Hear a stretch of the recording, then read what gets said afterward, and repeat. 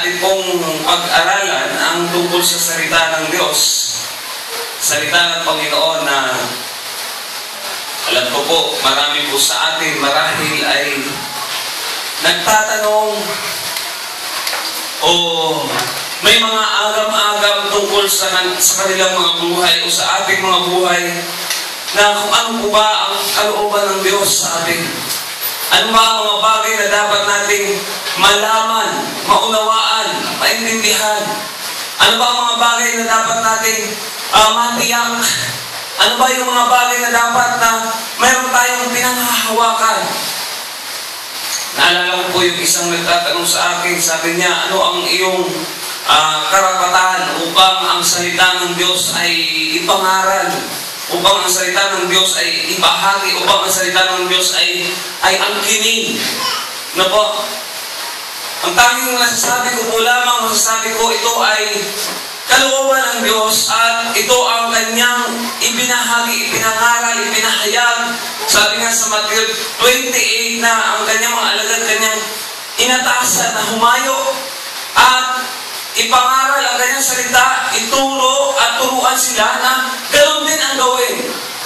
That means, ang salita ng Diyos ay ipinamamana hanggang sa kaliit-liitang parte o nilalang o ng mga tao na nabubuhay at mabubuhay, mga tao na nakakakilala at hindi pa nakakilala na posibleng makakilala. At ang layunin ng Diyos, ang sabi po ng Biblia, sa huling wakas ng panahon, bago dumating ang araw ng Panginoon, ang salita niya ay maipangaral at dapat ipangaral. Itong binasa natin ay pagbabalik tanaw tungkol sa salita ng Diyos kung ano ba ang kanyang mga sinabi noong mga panahon na ang Panginoon at ang kanyang bayang hinirang, kanyang pinili, ang kanyang tinawag na bayan o bayang nakatalaga sa kanya ay paulit-ulit sa pagkakasala. Paulit-ulit na tumatalikod. Paulit-ulit po sila na sumusuway at lumalabag sa kalooban ng ating Diyos. Kaya nga, ang isang kasaysayan, ang isang pangyayari at ang salita na ating binanggit o binasa ngayong umaga ay magpapatunay lamang na ang katuparan ng sinabi niya noon pa man ay nagaganap, nangyayari. Na ang salita niya, ang sabi ng Panginoon, itatala niya, iuukit niya sa kalooban ng bawat tao, ng bawat puso. Alam niyo po ba yun na since tayo ay nakakilala sa Diyos, ang kaibahan po natin, traditionally, ang mga tao pong maka-Diyos, lalo na yung sa kinamulatan natin, di po ba parang before, ang alam nating batas na kailangan natin sundin ay ang sinasabing mga kautusan, yung 10 utos. Dapat memorize natin yun, di ba? Yung 10 utos na yun. Ano ba yung 10 utos na yun? Ano ba yung mga batas na yun? Ano ba yung kautusan na yun? Diyan tayo namulat, diyan tayo ipinanganak, diyan tayo nagising, diyan tayo nagkaroon ng dahilan. Yung sinasabi nila, ito na ang kinamulatan naming paniniwala, ito na ang kinamulatan naming relihiyon. Bakit pa kami magbabago? Dito na kami namulat, dito na kami mamamatay. Pero ang tanong, yung mga nagsasabi ng gano'n, tanongin mo kung ano ang 10 utos. Marami mong mga naninindigan sa hindi nila alam kung saan sila nakatindig. Maraming naninindigan sa hindi nila alam kung ano ba yung kanilang paninindigan. Saan ba? Ano ba dapat nilang panindigan? Oo, sinasabi ng marami na ito ang aming paniniwala, ito ang aming religion, ito yung minana namin sa aming mga magulang, sa aming mga ninuno. Pero tanungin mo, ano ang 10 utos? 10 nga lang yan, ha? Pero anong karamihan naman ay sasagot nila? Anong kadalasan na sasabihin nila? Hindi ko alam eh. O, tanongin natin ulit. Yung 10, bawasan natin. Ganito ang tanong natin. Ano ang unang utos? What about us? Bigyan mo. Bigyan mo. Buong sa'yo. ng buong kaluluwa. Ang ibigin mo ang Diyos na sa iyong buo. Ha? Huwag kayong magkakaroon ng Diyos maliban sa Huwag kayong magkakaroon ng Diyos maliban sa ibang Diyos maliban sa akin. Oh, sigurado kayo dyan? Nagbuklat kayo ng Bible eh. Ang sabi ko nga, kung memorize niya, lahat tayo doon tayo nang galing. Diba? Lahat tayo, yun ang ating pinagmulan. But, to be honest, kahit ako, dyan din ako nang galing, doon din ako galing, pero sa totoo lang mo, hindi ko din yan kabisado. Yung pinagmulan ko na yan, na ipinaglalaban natin, na wala naman talaga tayo pinaglalaban kasi wala tayong pinangahawakan. Para tayo nakikipaglaban, so wala naman talaga tayong pinakikipaglaban. Parang nag-iingay lang. Parang yung tipong, parang lang masabi na mayroon kang pinaglalaban, para lang sabihin na ninindigan ka, mayroon kang pinaninindigan, mayroon ka talagang sinasabi na may pinaniniwalaan. Pero ang totoo nun, kilala mo ba? Alam mo ba kung sino pinaniniwalaan mo? Unang utos pa nga lang, hindi mo na alam. Tapos sasabihin mo, ito pinaniniwalaan ko. Ano? Ang unang utos pa lamang ay napakahalaga kung iisipin. Ang sabi ng Biblia, sabi ng Diyos, huwag. Huwag daw ano? Huwag magkakaroon ng ikalawa na yun, ikalawa yun. ikalawa daw yun, sabi ni Ma'am Beth. Paano yan? Ha? Ibigin mo. Ibigin mo. Pangalawa kayo mag-sa Nagkakagulo. Pangalawa yung wag kayong gagawa ng Naka-minimize tayo, live yan. Naka-video kayo, live yan. Internet ministry. Maliban sa number 2. Ang sabi ng Panginoon, di ba? Ako, si Yahweh. Nasahin nga natin. Exodus, chapter 20.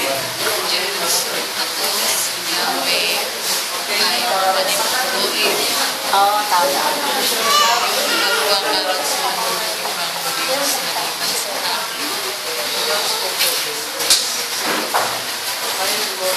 Ayan. At sinalita ng Diyos ang lahat ng salitang ito na sinasabi, ako ang Panginoon mong Diyos. Bakit nagpapakilala siya? Siyempre, di ba? Ako ang Panginoon mong Diyos na naglabas sa iyo sa lupain ng Ehipto sa bahay ng pagkaalipin. Verse 3, ang unang utos. Huwag kang magkakaroon ng ibang Diyos sa harap ko. Ito ang unang utos. Thou shalt have no other gods before me. Huwag kang magkakaroon ng ibang Diyos sa harap ko. Unang utos pa lamang. Sabi ng karamihan na mga nagsasabi na dito kami namulat at dito na kami mamamatay. At ito ang aming kinabis ng paniniwala. Ito na ang pinaniniwalaan ng aming mga magulang, ng aming mga ninuno, ng mga dati pa, ng mga nauna pang panahon. O anong klaseng paniniwala? Anong klaseng pinaniniwalaan? Unang utos pa lamang, hindi mo alam. Kung malalaman mo man ang unang utos, ang tanong ulit, ginagawa mo ba? Dahil ang unang utos, ang sabi po ay, huwag magkakaroon. Huwag magkakaroon. Ibig sabihin, wala pa dito, hindi pa pinag-uusapan ang pagyukot, hindi pa pinag-uusapan ang pagsamba, hindi pa pinag-uusapan yung gagawa. Kasi ang mga nabanggit tungkol sa Diyos na tutumba sa Kanya, papantay sa Kanya o papalit sa Diyos ng Kanyang pagka-Diyos, ang sabi diyan, huwag magkakaroon, huwag gagawa, huwag luluhod, huwag yuyukot, huwag sasamba. Yan ang mga sinasabi ng Biblia tungkol sa Diyos. Eh kung magkakaroon, ano yun? Ano ibig sabihin nun? Kasama sa mga nabanggit. Dahil ang pagkakaroon, hindi sinasabing sabi ng marami, larawan lamang po yan. Larawan, yan po talaga ang madalas na nakaka-enkwentro ko mga nagsasabi.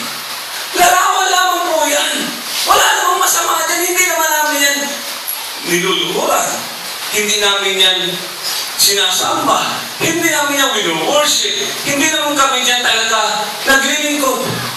Pero ang tanong nga, bakit meron? Bakit nagkakaroon? For the sake of our topic, nothing personal.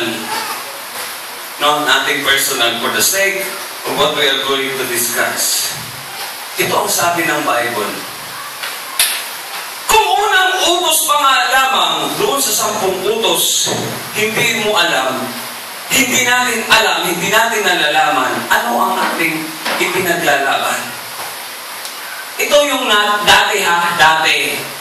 Kung tayo ay lumabas na doon sa kaisipan na hindi na tayo kabilang sa mga kumikilala, sa mga sumasamba, kasi ang sabi ng Bible, doon sa binasa natin, na ako ang naglabas sa inyo, sa Ehipto. Ano po yung Ehipto? Hindi mo tayo mga Israelita. Pero ano ba yun? May pinagaling naman tayo Ehipto. Yes! Ang Ehipto na binabanggit, literally, of course, sa Ehipto. Diba? Yung mga Israelites, of course, yung mga Israelites, hindi tayo, mga Pilipino tayo. Pero ang mga nakakilala sa Panginoon, may mga pinagmulan tayong Ehipto. Ano yun? Yung dati nating kinamulatan. Yung kinalis na nating buhay. Sabi nga ni Brother Ondo, nag-birthday siya dati, ganun lang nangyayari. Inuman, batian, tapos ganun lang ang ikot ng buhay. Yun yung Ehipto.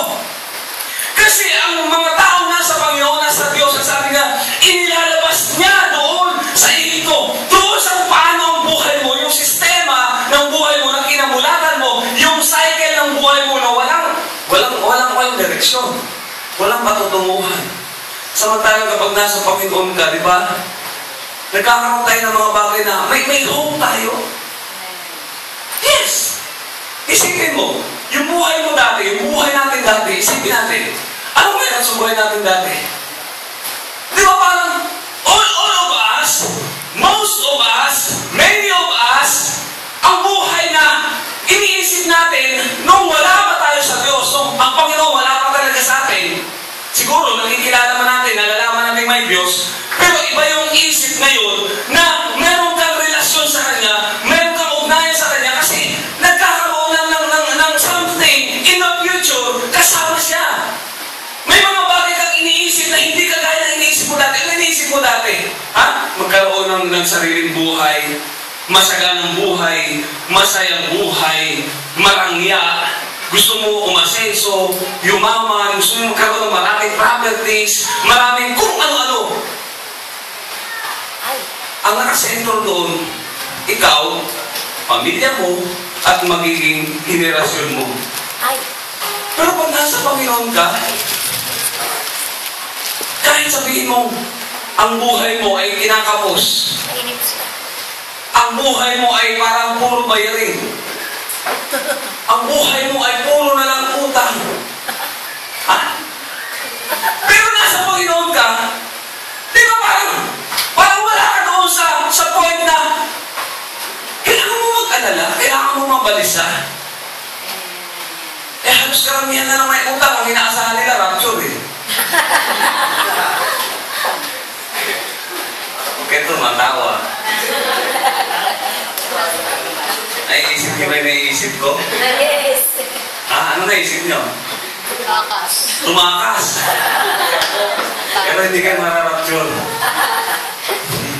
May trip. Sabi ng isip, utang yan, dapat mayat yan. Utang yan, dapat mayat yan. Sabi kasi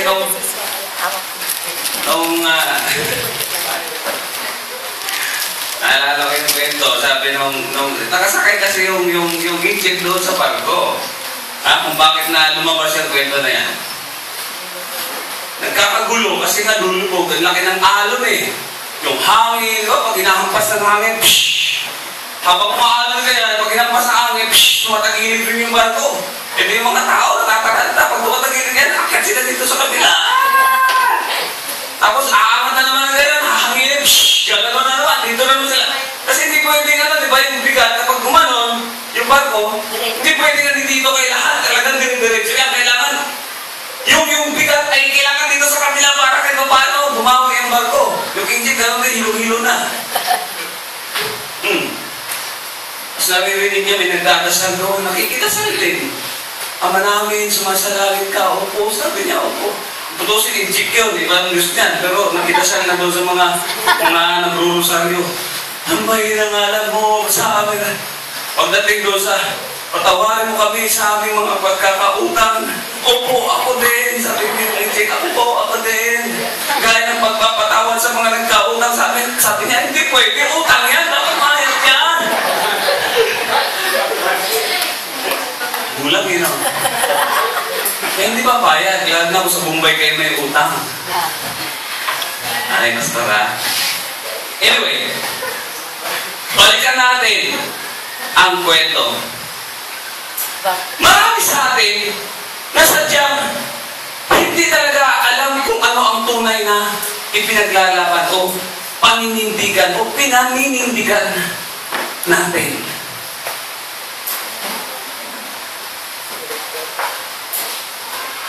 Ganito lang po kasimple. Inilabas tayo ng Diyos sa Ehipto. Ehipto, yung buhay natin before, ay talaga namang Ehipto. Bakit? Kasi nga, marami tayong mga haka.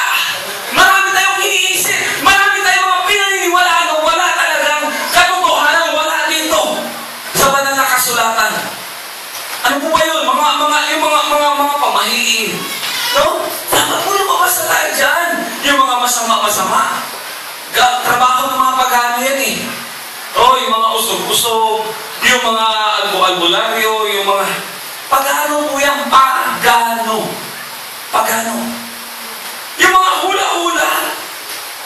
Bumabalik lamang po tayo doon sa kasaysayan. Yan ang trabaho ng mga taga-Ehipto. Yung mga salasalamangka, sa Ehipto lahat yan. Yung mga magic-magic.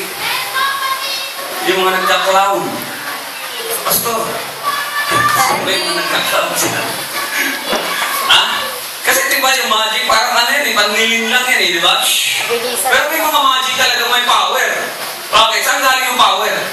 Sa Diyos ba? Ha? Hindi pa rin. Di ba? So, ibig sabihin, hindi talaga masabi natin sa Panginoon yan. Kaya nga magic tricks eh.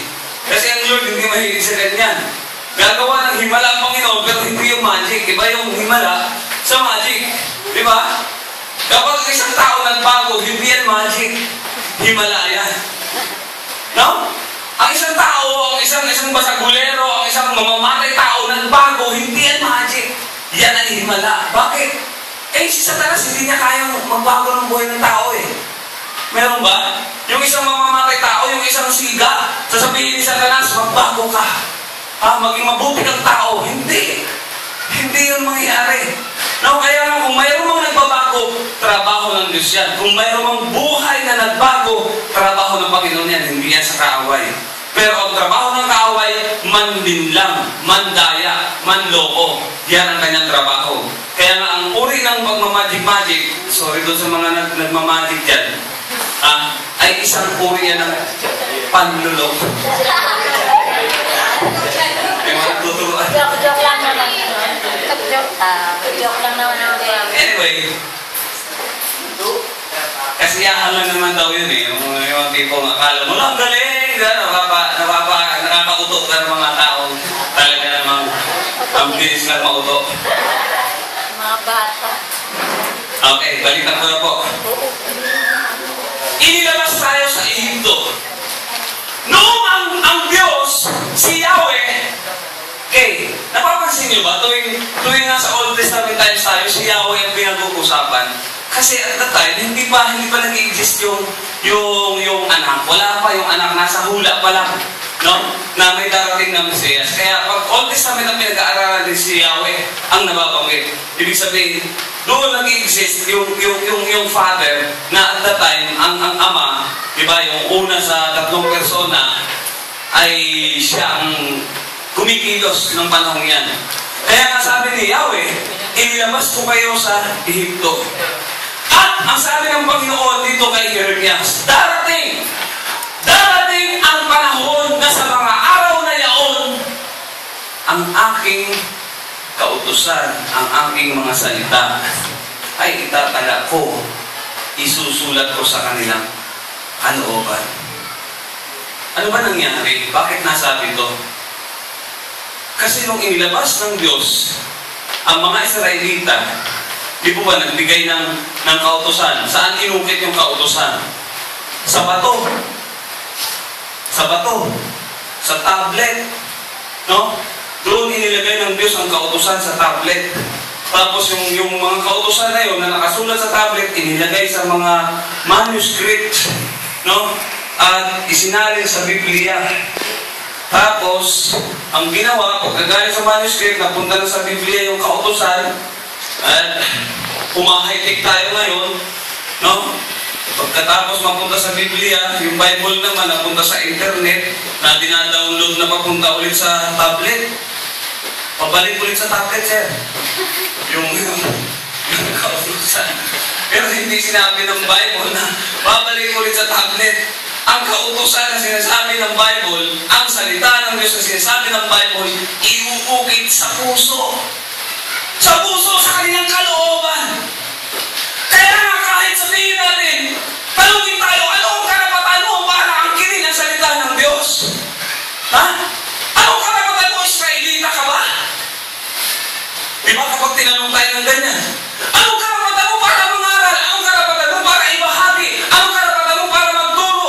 Para ang salita ng Diyos ay iyong ipangaral o kahit na sino sabihan mo na ganyan. Anong karapatan natin? Our rights is based on our faith. To them, John chapter 1 verse 12, to them, okay, basahin na lang po natin para hindi tayo gumawa ng kwento.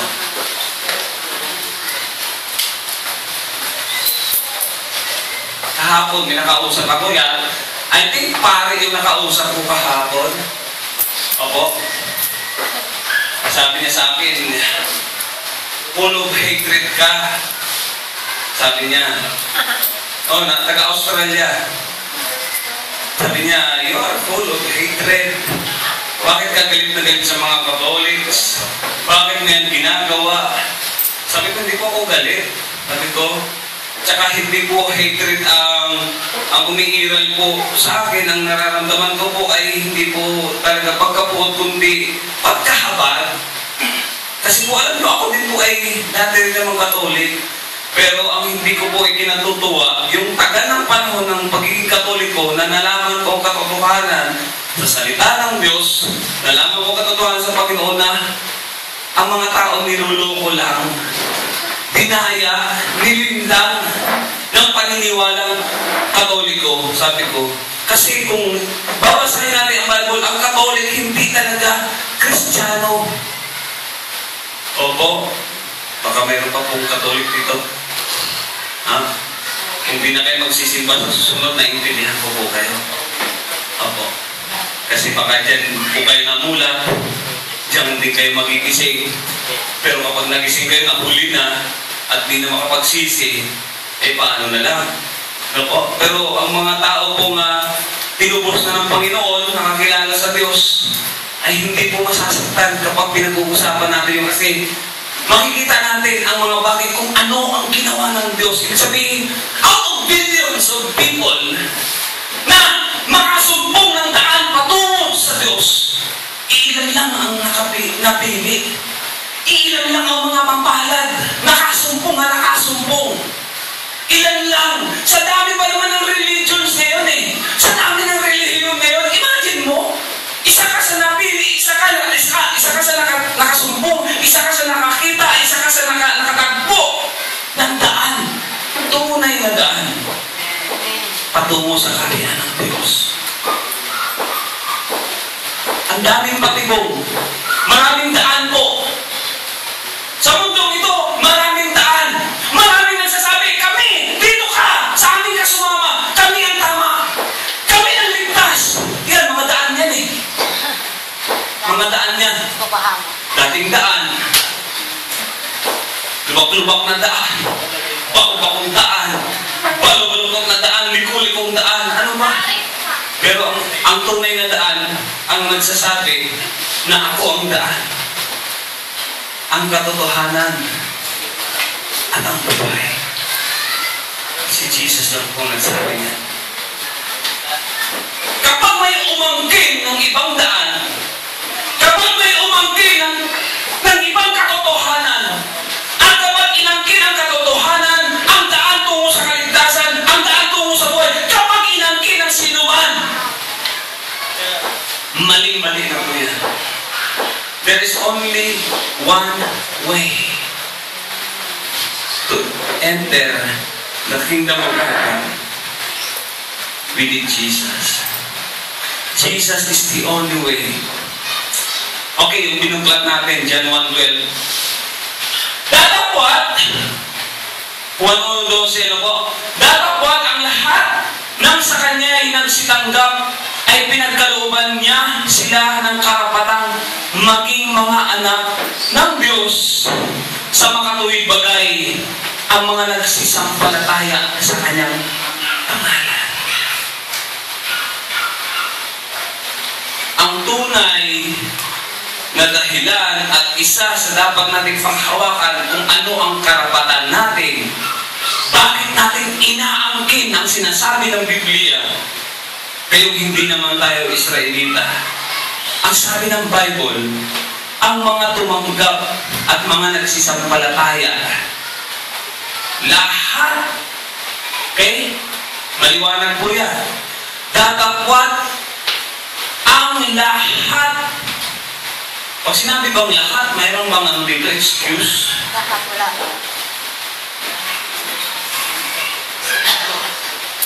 Baka sabihin ng iba, hindi. Ang ibig sabihin ng lahat yan, lahat ng Israelita. Eh di sana nilagay, di ba? Hindi naman sinabing ang lahat ng Israelita na sa kanya eh. So ibig sabihin, kung nilagay ang lahat at wala naman kung specific kung sino ang lahat na yun, that means everyone, everybody, all of us. Ang may karapatan ay yung mga nagsitanggap. Ito po ang pinakahuling talata na pinanggit. Sa makatuwid bagay, ang mga nagsisisampalataya sa kanyang pangalan. Kaninong pangalan? Si Jesus. Lahat ng Bible, buklatin mo, isa lang ang pangalan ang dapat makilala. Si Jesus. Walang Mary. Walang Mama Mary. Okay? Bahala kayo kung mama tawag yun, pero Mary lang talaga. Si Jesus na eh. Wala kang makita sa Bible na si Jesus nagmama. Ginang ang tawag niya kay Mary. Nung gumawa ng alak ang Panginoon doon sa may kasalan, yung tubig ginawang alak. Hindi siya gumawa ng alak na mga chemical, tubig ginawang alak. Okay? So, ibig sabihin, walang chemical yun. Sabihin ng mga lasenggo gumawa ng alak. So, ibig sabihin, pwede uminom. Pwede maglaseng. Yung iniinom mo ngayon, ginawa pa yung Jesus. Ganun lang kasimple doon eh. Anong alak yan? Gawa kanino yan? Gawa ng ano yan San Miguel. Diba? So, hindi yan ang ginawa ni Jesus. Yung inumin mong alak, yung gawa ni Jesus. Pwede kang maglaseng. Basta yung ginawa ni Jesus na alak ang inumin mo. Pero kung wala kang makita, so hindi ka pwede. Ganun lang. Ano po? So, gumawa ng alak. Ang sabi ng nanay ni Jesus, nanay ni Jesus, si Mary, naubusan na sila ng iinumin. Ano sabi ni Jesus, huwag mo kong pangunaan, ginang! Si Mary, hindi naman siya nasasaktan kasi alam niya na ever since alam niya na si Jesus ay hindi naman talaga niya anak. Ginamit lang ang sinapupunan niya. Ito ang dapat natin maintindihan. Hindi naman sinabi ni Jesus, Mama, pwede ba? Ang pangit ako. O kaya, Mami, please! Walang ganun. Sabi ni Jesus, ang kapangyarihan, ang authority niya, bilang anak ng Diyos, sabi niya, Ina, huwag mo kong pangunahan. Hindi ba ito ang oras ko? Pero pagkatapos doon, ginawa. Kumbaga parang minuto lang o segundo lang ang pagitan. Talagang atat lang talaga si Mary. Siguro baka mapahiya, baka isipin niya, hindi naman din yata sinabi ni Mary na hindi niya alam kung anong gagawin eh. Basta nasabi niya lang, naubusan na. Hindi ko lang alam kung may alam na si Mary na si Jesus ay nakakagawa na ng mga, kasi kasi yun ang unang, sabi nun, yun ang unang ginawa ng Panginoon. Di ba? Yung himala na ginawa niya, yung ginawa niyang alak, yung tubig doon sa kasalan. Anyway, balikan ko po yung sinasabi si John 1:12. Ang karapatan natin, kung bakit natin inaangkin ang salita ng Diyos, na ito ay itinala, ibinibigay sa lahat ng mga nananalig, sa mga nagsitanggap. Lahat po ba nang nandito kung natumanggap na? Yun lang ang tanong. Amen. Ha? Pumalakpak na po yung mga tumanggap na. Siyempre, sali ako. Baka mamaya naiwan. Amen. So nakita po ng Diyos yun, na lahat po tayo ay mga nagsitanggap na sa Panginoon. So ang mga tumanggap na yan, yan ang binigyan ng karapatan ng Diyos. Ulitin ko ha. Ang salita ng Diyos, pagkamat ito ay hindi natin, sabi natin, hindi natin memoryado, hindi natin kabisado, ang hirap i-memorize eh. Pero ang salita ng sinasabi ng Biblia na iuukit sa kanilang puso, sa kanilang kalooban, ang sabi doon sa binasa natin sa Jeremias, ang Diyos na nagkatawang tao, John 1:1, yung Word, the Word that became flesh. In the beginning was the Word, and the Word was with God, and the Word was God, and the Word became flesh and dwells among us. Ang salita na tinutukoy dito sa binasa natin sa Jeremias ay hindi yung letra.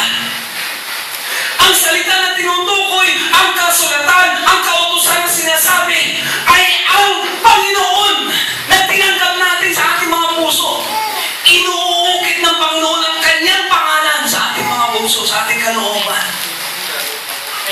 Kaya nga, diba? Kaiba. Pansin nyo ba? Kapag mayroon kang pananalig, kapag mayroon kang pananampalataya, napansin nyo po ba ang kaibahan noon at ngayon? Dati, paano tayo manalangin? Paano tayo magdasal? Ha? Hindi tayo nakakapagdasal dati nung walang kung ano-ano sa harapan, kung ano-ano sa kamay. Diba? Minsan ang dasal binabasa. Dasal ba yun? Ang dasal binabasa. Ha? Dasal ba yun? Kung mayroon kang gusto, mayroon kang saloobin, hindi mo nasasabi. Bakit? Kasi nakaantabay ka doon sa binabasa ko eh. Ha? Ano ba yun? Pangilang ano na ba ako? Pangilang Aba Ginoong Maria na ba ako? Pangilang ano na ba? Ama namin. Ha? Kahit yung ganyan-ganyan sa totoo lang, di ko alam ba sa kanya kung saan ka titigil eh. Di ko alam kung paano ba manalangin sa ganyan. Kung hanggang mapagod ka ba o may oras ba yan, up to 30 minutes na gano'n ang gawin mo, ikuti ko. Sa jeep, marami ako nakikita ng ganyan eh, yung binubutin-butin. Opo. Kasi ng bata. Oo, inisip ko kung binibilang na yung 1, 2, habang nasasakyan ba 3, 4. Paantok ba o pampaano lang para di ka tatawasin mo. Hindi nga po, yung totoo doon. Tapos yung sign of the cross, di ba ginagawa ng iba yan pag nadadaan sa cemetery, yung sa sign of the cross. Bakit? Pag may patay na dumaan. Bakit nga? Ano meron? Tradisyon!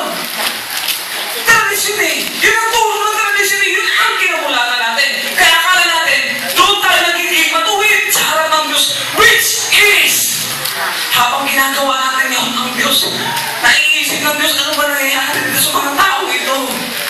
Ha? Kaya nga dapat ang bawat tao makakilala sa Panginoon para makalabas siya doon sa Egypto. Kaya ito po yung binasa natin kanina, na iuukit ko sa kanila mga puso sa huling araw. Ang Panginoon mismo ay mananahan sa ating mga puso.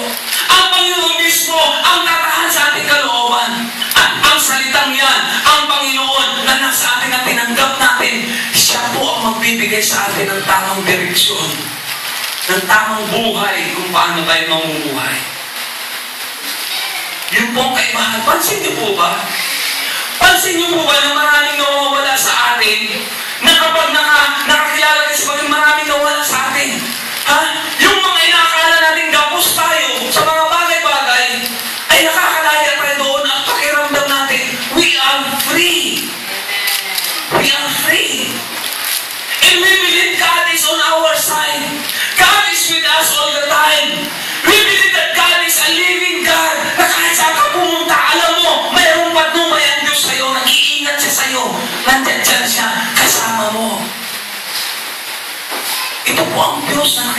natin. Hindi po yung Diyos na hindi gumagalaw.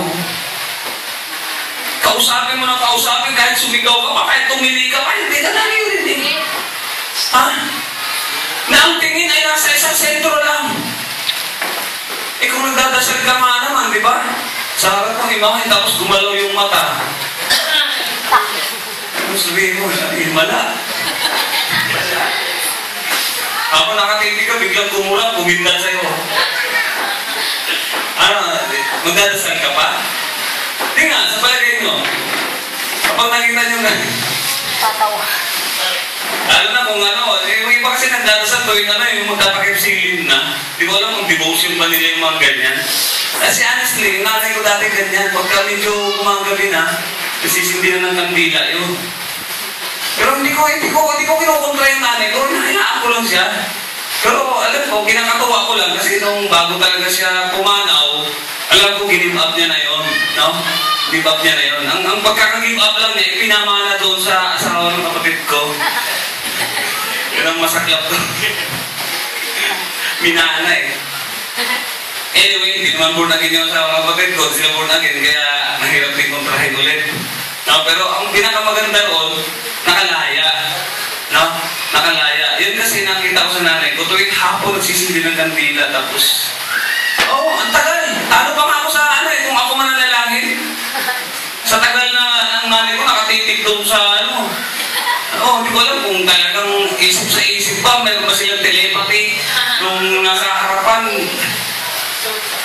Kaya sabi ko, paano kaya pag tumurap yan? Makita na nanay ko tumurap, o kaya ngumiti. Nagpakyot ba? Ano kaya? Yayapos kaya nanay ko doon? O hindi kaya magtakbo o mag-rebuke? Matutong mag-rebuke bigla eh. Anyway, yung point ko po, yung Diyos na nakikilala natin ngayon ay nandito sa ating puso. Pansin niyo ba? Kahit sa akin naroon, anytime pwede kayong tumawag. Pwede kayong manalangin. Pwede kayong magdasal. Nasa jeep kayo, Lord. At nabayan niyo po ako, bulong lang. Isip lang. Nararamdaman ka ng Panginoon. Ibang-iba kaysa sa dati. Kapag dati, anong gawa mo? Ha? Kaya ang gawa ng iba, dalhin mo to, italin mo to sa baywang mo. Anong sabi ng iba? Kasi pag nasa baywang mo yan, nakatali yan, malayo ka sa panganib. Aha! Protection? Meron din ako yan. Nung umuwi nanay ko sa Cebu, pagbalik, lahat kami, may mga tali dito. Nakatali, nakapalo sa kulay-pulang tela. At yun daw talaga, yung magaling na manggagamot doon sa Cebu ay talagang kilalang-kilala, dinadayo. Kaya naman nung balik ng nanay ko, kahit na umaatin-atin ako sa ganito dati, pero bago pa lang, di pa rin ako nakakaintindi. Meron pa ako noon, kulit-pula. Kasi ang nasa isip ko, sabi ng nanay ko, protection yan. Pag may mga tao nag-iisip sa iyo ng masama, hindi matutuloy. Dahil dyan. Sabi ko, okay ha. Tapos malayo ka sa panganib. Kung may mga panganib na darating, hindi mangyayari, mag-iiba ang sitwasyon. Sabi ko, ayos ha. Di siyempre, pakiramdam ko parang kahit lumakad ako, di ba, parang kampante ka na, walang mangyayari sa akin, walang ano. Pero hindi po lang nangyayari. Sa totoo lang, gawa-gawa lang ng tao yan. Tradisyon! Yung mga bagay na kinamulatan sa Egypto. Ano meron kasi sa Egypto, Pastor? Sa Egypto po, diyan nagmula ang lahat ng mga haka. Kung pag-aaralan ninyo kung ilan mayroong Diyos sa Egypto, hundreds. Saan ang galing? Babalik tayo doon sa Babel. Sa Torre ng Babel. Dati nga, ang alam ko yung art Di ba yung art? Doon sa Egypt, pag nakikita mo yung Egypt, pag pinapakita, may mga drawing na mga tao. Akala natin art lang yun. Akala natin design lang. Pero hindi. History pala yun. At may mga Diyos pala doon. Mga kinikilala ng mga Diyos. Kung sino-sino mga kinikilala ng Diyos. Mga tao pala yun ang sinasamba nila. Na ilabas. Yung mga lumabas sa Egypto, na sinasabi kanina sa binasa natin, sinira nila ang pakikipagtipan ko. Paano? Yung kanilang pagsuway, hindi nila nasunod. Kaya ang sabi ng Panginoon, sabi ni Yahweh, makikipagtipan ulit ako sa kanila. Okay, balikan po natin. Verse 33 ng Jeremias. Kundi ito ang tipan na aking ipakikipagtipan sa sambahayan ng Israel. Pagkatapos ng mga araw na iyon, sabi ng Panginoon, aking itatala ang aking kautusan sa kanilang kalooban, aking isusulat sa kanilang puso, at ako'y magiging kanilang Diyos, at sila'y magiging aking bayan. Itatala daw po ang kanyang salita, ang kanyang kautusan sa ating mga kalooban, at siya ang magiging ating Diyos, at tayo'y magiging kanyang bayan. Ito po ang pinakamaganda sa lahat na nangyari. Pinakamaganda sa lahat ng nangyari. Sapagkat ang Diyos hindi na siya nakipagtipan sa pamamagitan ng mga kung ano-anong mga nakatala o nakaukit na bato. Ang tipan ng Diyos ay nasa ating mga puso. Matanong ko po kayo, alam niyo po ba ang ibig sabihin ng salitang tipan? Tipan. Ha? Kasunduan. Pakikipagkasundo, kasunduan. Alam niyo ba ang Bible, di ba sabi dito mayroong lumang tipan at bagong tipan? No? Kung iisipin lang natin, kung curious po tayo, no? Pag sinabing tipan, tama, kasunduan. Pero yung isa po, pinaka-point ng tipan ay yung kasunduan ay pareho kayong sumasang-ayon. No? At yun sa inyong pinagsasang-ayunan, tipan, yung sabihin covenant, testamento. Okay? Testamento, kasunduan. Parang agreement. Kung bibili ka ng sasakyan, halimbawa, nakabili ka sa ganhan. Di ba, ang batas kayo naghahanap ng tawag na deed of sale. Mayroon bang deed of sale yan? Ibig sabihin, deed of sale, yung mga bagay, kung magkano ibinenta, kung kanino nakapangalan, at magkano mo nabili, sino ka, ano pangalan mo, at pangalan niya, pareho nandoon sa deed of sale. Yung pagkakasundo, kung magkano niya na pagkasunduan, paano at magkano mo bibili, magkano mo binayaran, magkano niya ibinenta, nandoon lahat. Sino ang nagbenta, nandoon. Yan ang tipan. Kaya ang tipan na sinasabi po, ang Biblia, kung bakit sinabing lumang tipan at bagong tipan, pakikipagkasundo to ng Diyos sa tao. Pakikipagkasundo niya sa bayan Israel. Na ang Diyos ay minsan nangako. At ang pangako ng Diyos, kanyang turo pa rin. At ang kanyang pinangakuan, si Abraham, na nangako din na maglilingkod sa kanya, susundin si Yahweh. At ang tipan, na kapag ang isang tao naglingkod, ang isang tao sumunod, ang pangako ay pagpapalain. Yan ang tipan. So kung ano na pagkasunduan, yun ang dapat mangyari. Liliwanagin natin mga kapatid. Kung tayo ay tumanggap sa Panginoon, yung sinasabi kanina sa John 1:12, kung tinanggap nyo ang Panginoon, nakipagtipan tayo sa Kanya. Anong pagkikipagtipan natin? Ang sumunod sa Kanyang mga utos, sa Kanyang kalooban. At ang Diyos naman din ay nakipagtipan. Ang sabi niya, ang sinumang tumanggap at manganig, sila ay binibigyan karapatan maging mga anak ng Diyos. Hindi pwedeng mabago yan. Yan ang pakikipagtipan ng Diyos sa atin. Nararamdaman niyo po ba kung anong kagalakan dapat ang isipin natin? Na ang pakikipagtipan ng Diyos, pakikipagkasundo, yung kanyang pong pangako, yung promise, ay hindi po salita lamang na sinasabi kagaya ng tao, na kapag sinabi ng tao, sige, pangako, promise, pero hindi magiging totoo. Samantalang ang Diyos, paano niya pinatutunayan ang kanyang pakikipagtipan? Ang sabi dito, ang sinumang tumanggap, ang sinumang sumampalataya, binibigyan niya ng karapatang maging anak ng Diyos. Yung verse 34, ito pa ang isa. Take note ng Jeremias, binasa natin kanina. Hindi na magtuturo ang bawat isa sa kanila, sa kanyang kapwa, at bawat tao sa kanyang kapatid na magsasabi, iyong kilalanin ang Panginoon sapagkat makikilala nilang lahat ako. Mula sa kaliit-liitan sa kanila hanggang sa kalaki-lakilaan sa kanila. Sabi ng Panginoon, sapagkat aking ipatatawad ang kanilang kasamaan at ang kanilang kasalanan ay hindi ko na alalahanin. Ito pa ang isang tipan ng Diyos. Hindi na kailangan pagsabihan. Bakit? Kasi bawat isang tatanggap sa Panginoon, makikilala niya ang Diyos. Siya ay ang ari ng Diyos, na anak ng Diyos.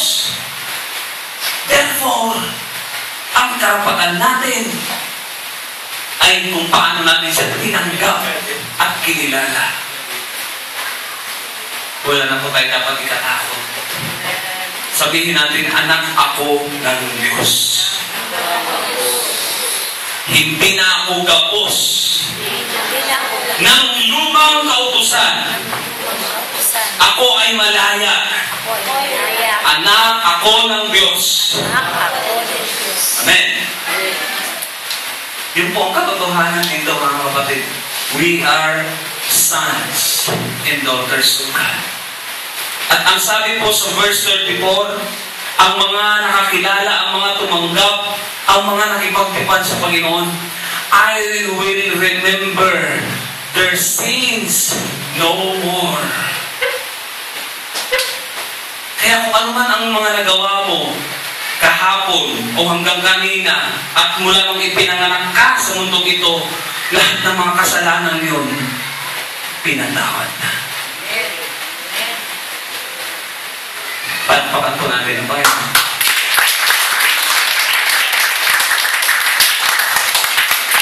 We have new life in Christ. We have new life with Christ. We have new life for Christ. Live with God. Mamuhay tayo na kasama natin ang Diyos. Huwag tayong matakot. We are not alone. At ang covenant pa ni Lord, ang kanyang pakikipagkasundo, hindi lang pinatawad ang ating mga kasalanan. Ang sabi po, ang mga nakipag-isa sa Panginoon ay isa ng bagong dinala. Wala na ang dating pagkatao. At ang mga nakipag-isa sa Panginoon, kahit saan man sila dumuon, saan man sila pumaroon, ang Panginoon ay kasama natin. Ang pakikipagtipan ng Panginoon, ang sabi na, I will not leave you, nor forsake you. Hindi ko kayo iiwanan, hindi ko kayo pababayaan. Kasama niyo ako, sabi ko sa Matthew chapter 28, hanggang sa kaduluduluhan ng daigdig. I am with you always. Yan ang Diyos na nakipagtipan sa atin. Kaya siguraduhin natin at tiyakin natin na ang Panginoon tinanggap natin sa ating mga puso. At sasaiyo ang kanyang mga pangako. You will become child of God. You will become sons and daughters of God.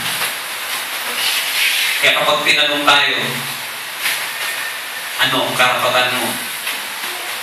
Simple lang, tinanggap ko ang Panginoon. Amen? Amen? Amen? Amen? Yung pang pinakadabi sa lahat.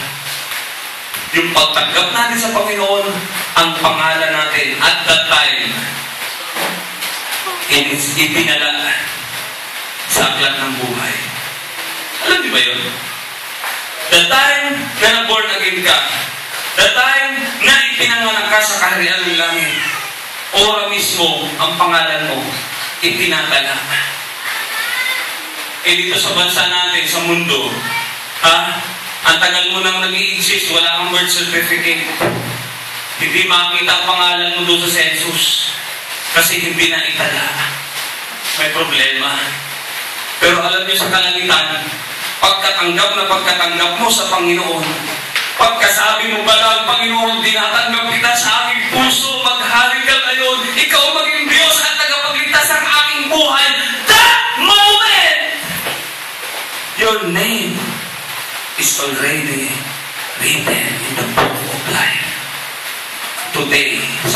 Panginoon, kung naalala ninyo kay Nicodemo, dumating sa sambahayan ito ang kaligtasan.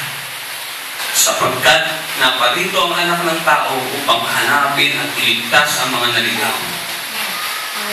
At sabi niya kay Sakeo, lipi rin ni Abraham ang tao ito. Sino si Sakeo? Ha? Makasalanan, magnanakaw, mandarambong, mandurugas. Pero naging lipi ni Abraham. Bakit? Dahil sa pangako. If we are children of God, if we have already accepted Christ as our Lord and Savior, we belong to Abraham's descendants. Mapapabilang tayo sa lipi ni Abraham. Karangalan ba yun maging lipi ni Abraham? Yes, of course. Pero hindi lang yun. Kung bakit sinabi ni lipi ni Abraham, ito po ang panghuli kong sasabihin sa inyo. Lipi ni Abraham, ibig sabihin, kung anong pinangako ng Diyos kay Abraham na sinasabi ng Diyos, pagpapalain ko ang iyong mga anak. Pagpapalain ko ang sino sa iyo magpapala. Pagpapalain ko ang lahat ng iyong henerasyon. Ngayon, kung naka-attach ka doon, ikaw ay mapabilang sa lipi ni Abraham dahil sa pangako. You have the promises of God. You have everything. Just wait for your time. Wait for your turn. Wait for the right time, for God's time, for you, and it will be fulfilled. In Jesus' name. Amen. Magtatapay lang po tayo. Amen. Huwag po tayo magmamadali. Amen?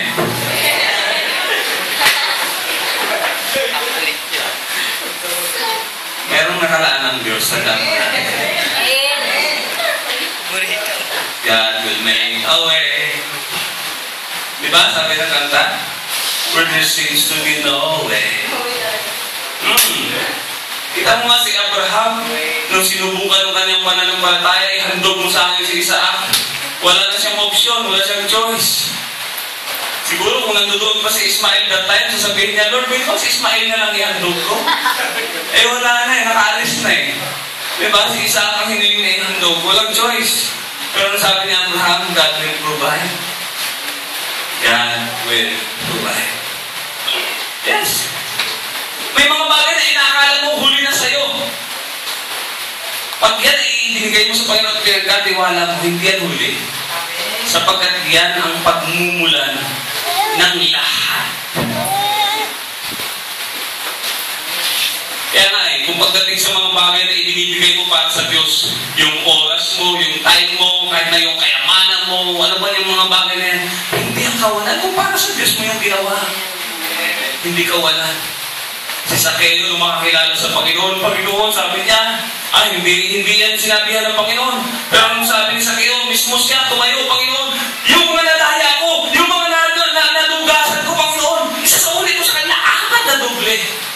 Imagine mo kung nadugasan ka 1,000, ibabalik ni Sakeo sa iyo, 4,000. At ang sabi pa niya, itong mamahagi ko, kalahati ng aking kayamanan. Yan ang mga talagang ipinapanganak sa kaharian ng langit. Nagiging open. Yung dating madamot, nagiging mapagbigay. Opo. Kasi iba ang kaganakan eh, kung umapaw sa puso. Diba, Dok? Imagine mo. Dati magpapainom ka lang, 1 bote lang, talo-talo na eh. Pag birthday, no? Eh ngayon, magpapapansin ka, mga kapatiran mo rito. Mukhang madalang pa makapananghalian, kaya pag nagpapansin ka, kasama ng tanghalian dun, talagang malalakihan ka. Hindi naman doon. Joke lang. Anyway, tayo pong lahat ay pinagpala ng Panginoon ngayong umaga. The most important thing is that we receive the promises of God. Ang kasunduan, ito po ang pamagat ko. Nasabi ko naman ito kanina. Ang kasunduan po ang pamagat natin ng ating paksa ngayong umaga. So, linawin ko lang, both sides ay meron po tayong ginagawang pangako. Nangako tayo na susunod at maglilingkod sa Panginoon, at nangako din ang Panginoon na sino mang sumunod at maglilingkod sa Kanya ay Kanyang pagpapalain. Meron pong nakalaan sa mga taong sumusunod at naglilingkod. At ang sabi pa po rito, wala po tayong dapat na katakutan sapagkat lahat ng bagay ay magkakaroon ng kaganapan at isa sa katuparan ito ng Diyos. Anytime, anywhere, tayo pong lahat ay tatanggap ng pinangako niya. Ang nakalaan na para sa iyo ay para sa iyo. Take note kung bakit sinabi ng Panginoon ibigay ang kay Cesar, ang para kay Cesar, at ibigay sa Diyos ang para sa Diyos. Hindi lamang po tungkol sa pagkakaloob yun sa pagbibigay ng buwis. Tungkol din po yun sa karapatan ninyo. Ay, ibig sabihin, may mga bagay na para sa inyo at yun ay ukol sa inyo. Yun po ang dapat natin angkinin. Kung may mga bagay na ukol sa Diyos, ibigay natin ang para sa Diyos. Ang paglilingkod, ukol sa Diyos. Ang pagpaniniwala, pagsampalataya, yan ay ukol sa Diyos. Pero ang ukol sa iyo ay para sa iyo. Kaya kung ang Diyos mismo, ang Panginoon mismo nagsabing, ibigay ang para kay Cesar, that means what is belong to you, it must be given for you. You must have it. What is promised for you, you must have it. Hanapin po natin, halugugin natin, saligsigin natin ang Diyos, ang kalooban ng Diyos upang makamit natin ang kanyang pangako. Amen? Palakpakan natin ang Panginoon. Let us pray. Father, we thank you. We bless your holy name. We give you glory, we give you honor, we give you praise. Salamat po, Panginoon, sa mga salita mo. Salamat, Panginoon, sa ginawa mo. Ang kasunduan na ginawa mo, Panginoon. Ang pagkikipagtipan na ginawa mo, Panginoon. Salamat, Panginoon, dahil tunay na ang mga salita mo ay inukit mo sa aming mga puso, sa aming kalooban. You have written your name into our hearts, Lord. Sa aming mga buhay, pinupuri ka po namin. Salamat din po sapagkat ang aming mga pangalan na titiyak namin at alam namin, ipinala mo na ito sa aklat ng buhay. Purihin ka po, Ama, purihin ka, O Diyos, sa lahat ng bagay. Ikaw pong patuloy namin pinadakila, niluluwalhati at sinasamba. Salamat po, Panginoon. Tunay na wala kang katulad, wala kang kapares, Panginoon, wala kang kapantay, wala makahihigit. Salamat sa inyo. Sa inyo po lamang namin ibinabalik, Panginoon, ang lahat ng pagsamba, ng pagluwalhati, ang pagdakila, ang parangal, Panginoon, ay para sa iyo lamang sa pangalan ni Jesus, sa pangalan ni Jesus. Amen. Amen.